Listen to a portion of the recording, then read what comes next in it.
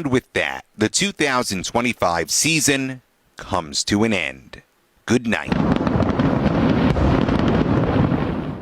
Sinimula namin ng araw sa pagluluto ng mga ihahandang pagkain. Inuna na nga pala namin lutuin itong mga meatballs. Pangbuhay naman namin bilog na handa para pumasok agad ang swerte.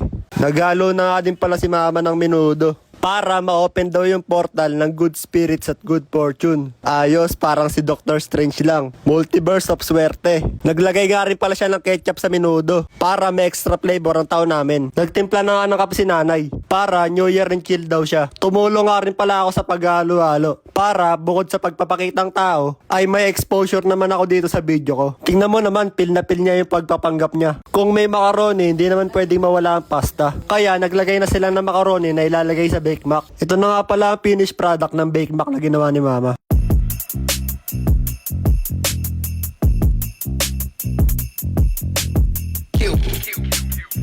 Habang busy ang lahat sa paghahanda, ay nagsimula na rin nga pala ang huling tagay ng taon. At kinagabihan nga, ay nakumpleto na ang mga handa namin para sa lubungin ng New Year. Pati bilog na bote ng Alfonso meron na kami, ewan ko na lang kung di pa kami swertein. Dumating na nga ang oras na pinakahihintay ng lahat. Oras na ng pag-iingay kasi alas 12 na. At bagong taon na. At tulad ng nakagawian, masaya naman namin na isalubong ang bagong taon. Kahit kaserola at sandok lang ang sandata namin pangingay. Bala kasi talaga namin isigang sa kaserola yung paputok na parang popcorn. Eh bawal pala kaya pinagpapalo na lang namin yung kaserola.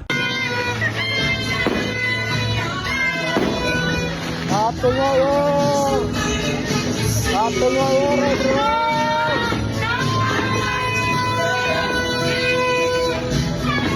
Pagkatapos namin magingay, nagkainan na nga pala kami. Oras na para i-absorb ang swerte sa pamamagitan ng pagkain ng bilog na pagkain. Hindi ko alam kung swerte ang Grahams ngayong taon, pero isa to sa mga pinakamabenta. Dahil siguro isa to sa magpapaputok ng ubo nyo kahit hindi na New Year. Bumanat din nga ng root beer tong si Sion, no? Napakahilig sa root beer nitong bata na to. Ewan ko lang, baka sa susunod, totoong beer na inumin ito eh. At ito si Tito, solo mode kumain na naman dito sa labas. At habang kumakain kami, meron nga pala kaming di inaasahang bisita. Action star mula pa noong dekada 70. Binigyang buhay ang karakter na si Leon Guerrero. Sumabak sa politika hanggang maging senador. Ladies and gentlemen, give it up for Lito Lapid!